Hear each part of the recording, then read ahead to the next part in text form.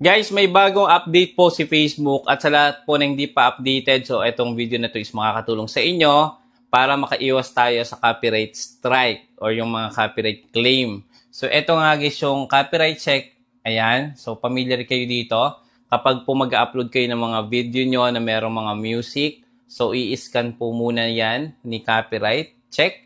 At kung may ma-detect po ng mga copyright claim or copyright sound or audio sa inyong reels is ipopost muna yan bago po mag-appear sa online or bago maging public para maayos nyo or ma-re-edit nyo para makaiwas nga po tayo sa copyright claim. So, ito yung isang step after nyo ito iset.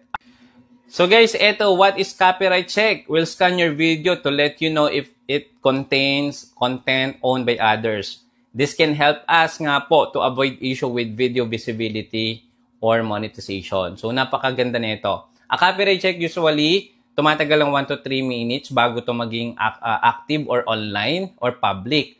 Once you share your reels, it is briefly held to check for copyright content. Kung merong madidetect na sound na magkakaroon ng violation, i-hold muna ni Facebook yan at pwede nyo i-edit.